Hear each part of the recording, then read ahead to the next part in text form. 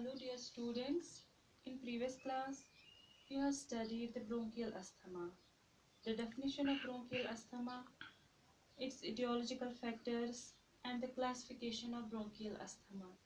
Now you will see the pathophysiology of bronchial asthma.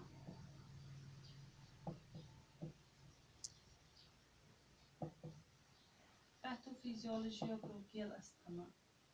As you know, जो ये bronchial asthma है, it's an airway obstruction. अब हम देखेंगे इसमें जो pathological changes होती है resulting from the airway obstruction that are जो lining होती है airway में that is the mucous membrane, there is inflammation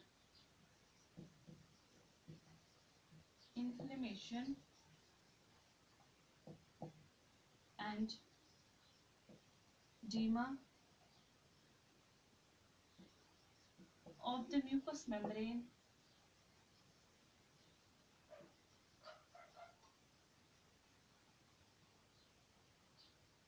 that is the lining of airway.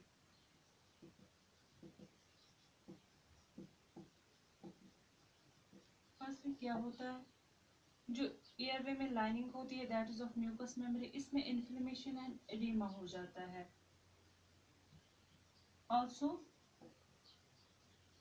increased secretion and accumulation of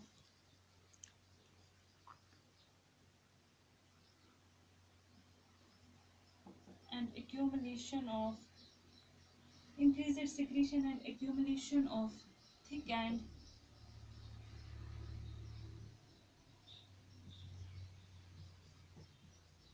tenacious mucus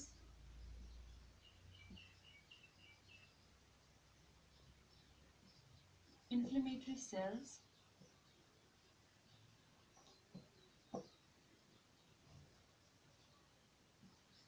and cellular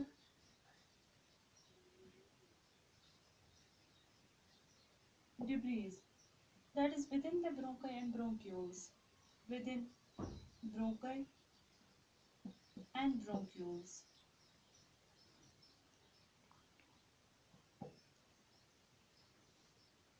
जो inflammatory sales होते हैं bronchi and bronchioles में, जो inflammatory sales है उनमें क्या हो जाता है, वहाँ पे एक्यूमुलेट हो जाता है थिक टेनेशियस म्यूकस, जिसकी वजह से इंक्रीज्ड सिक्रीशन हो जाती है. Also there is spasm of smooth muscles, there is spasm of smooth muscle of the bronchi. By these three processes जो है यही interfere करती है with the ventilation and produce clinical features.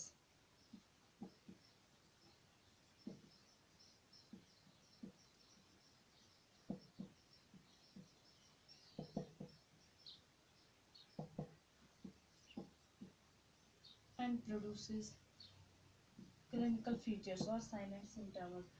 In pathology, जिसमें pathological changes होती है resulting from the airway obstruction that are किससे हो जाती है, वो पहले ही हम देख लेते हैं. जो लाइनिंग होती है एयरवे में, जो लाइनिंग होती है दैट इज म्यूकस मेम्ब्रेन, उसमें इन्फ्लेमेशन एंड एडिमा होता है.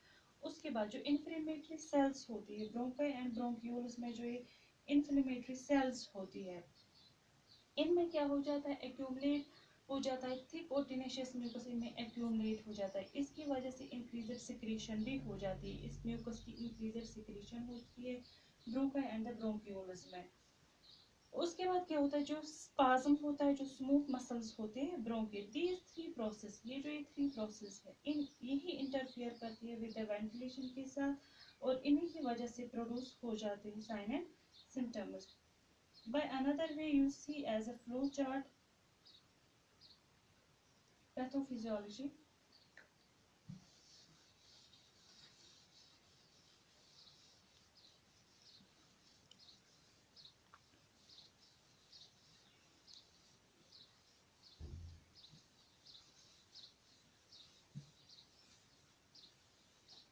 by another way.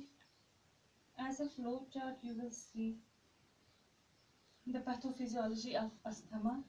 That is, when there is, as you know, classification of asthma. There are two types. That is, first one is the extrinsic, and second one is the intrinsic.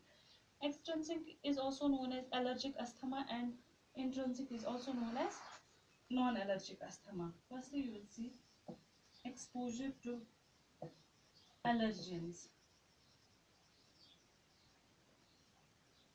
or irritants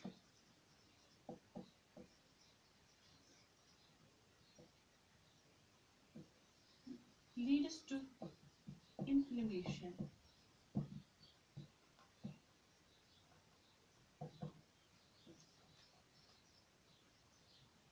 Cells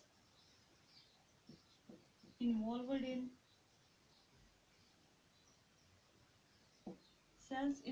in the inflammatory process. Cells involved in the inflammatory process are mast cells, eosinophils,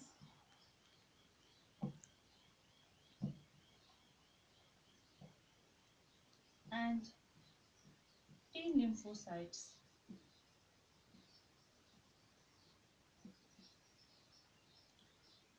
mostly जो mast cells होती है, mast sales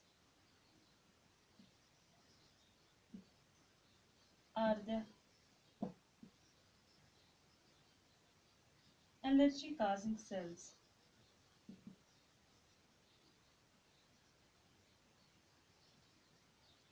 that release chemical like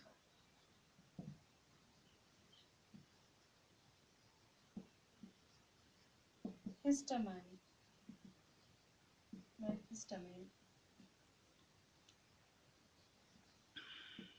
ये जो histamines होते हैं,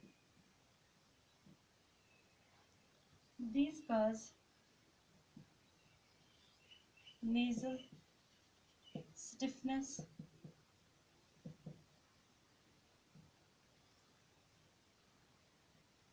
watering,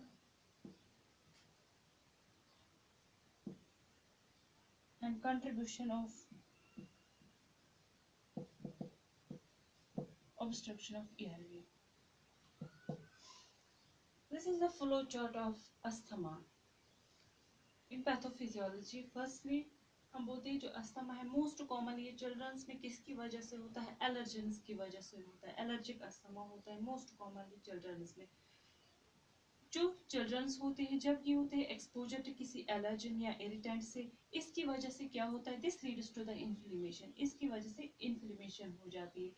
अब जो जब इन्फ्लेमेशन हो गई, जो इसमें सेल्स इन्वॉल्व होते हैं, इन्फ्लेमेशन में जो सेल्स इन्वॉल्व होते हैं, that is the cells involve in the inflammatory process. कौन कौन सी सेल्स इसमें इन्वॉल्व हो जाती है, that are the mast cells, eosinophils and T lymphocytes इसमें इन्वॉल्व हो जाते हैं.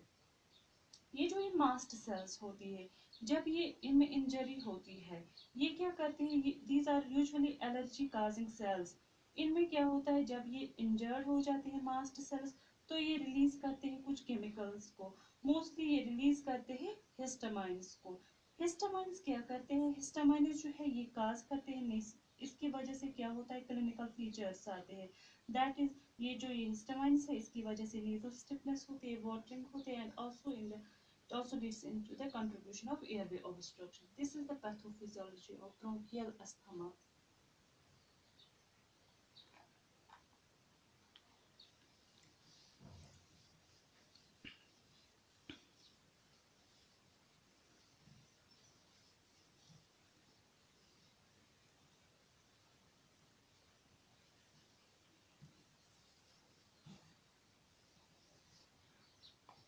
After pathophysiology, you will see the clinical features or clinical manifestations of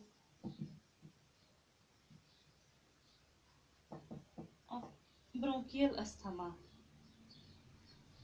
firstly जो इसमें मैनिफेस्टेशंस है onset that may be gradual with nasal congestion and sneezing. Onset may be gradual with nasal congestion and sneezing. Usually जो इसका attack होता है that may be sudden at night.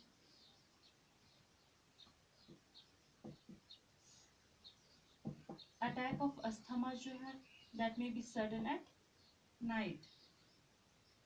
Also there is breathlessness,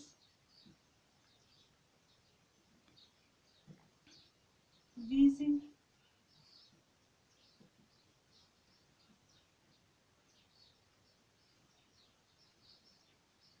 chest tightness,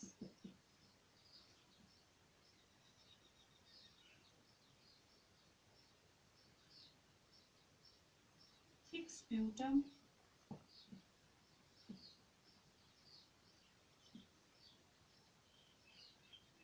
and usually जो कफ होती है that is at night and early morning.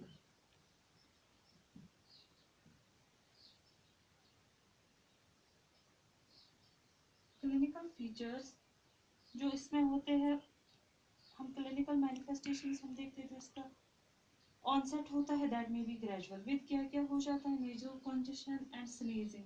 जो इसका attack होता है दैट वो सडन होता है ज़्यादातर at night. In addition to these, another symptom is that there is breathlessness, there is wheezing. Wheezing हम बोलते हैं कि जो एक साउंड होती है, it's a sound at the time of expiration इसमें एक साउंड निकलती है that is known as the wheezing. Also there is chest tightness, thick sputum, cough at night. Sometimes attack जो है that may progress and develop severe dyspnea,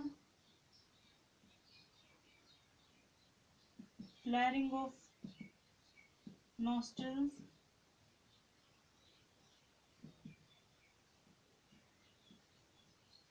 hypercapnia.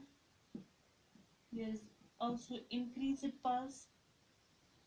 The child is having increased pulse and increased respiratory rate, vomiting, and anxiety.